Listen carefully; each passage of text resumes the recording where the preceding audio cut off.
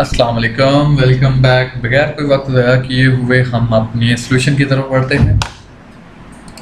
तो यहाँ तक तो हो गया था पिछली वीडियो में, और नेक्स्ट चीज़ को क्या करना था कि हमने मूव करना था my turtle dot go to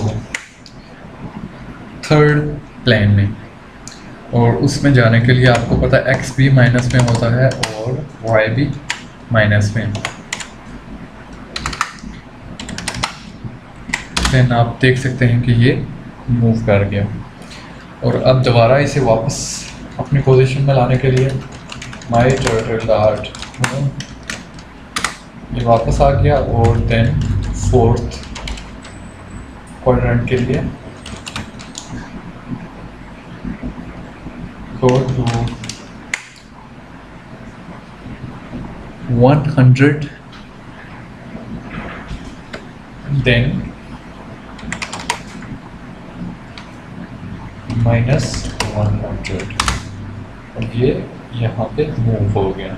अब दोबारा इसे वापस अपनी पोजीशन पे लाने के लिए माई टर्टल डॉट, और ये था हमारा टास्क। तो मिलते हैं नेक्स्ट वीडियो में। वीडियो अच्छी लगी हो तो लाइक करें, चैनल को सब्सक्राइब करें। नेक्स्ट वीडियो तक के लिए अल्लाह हाफिज़।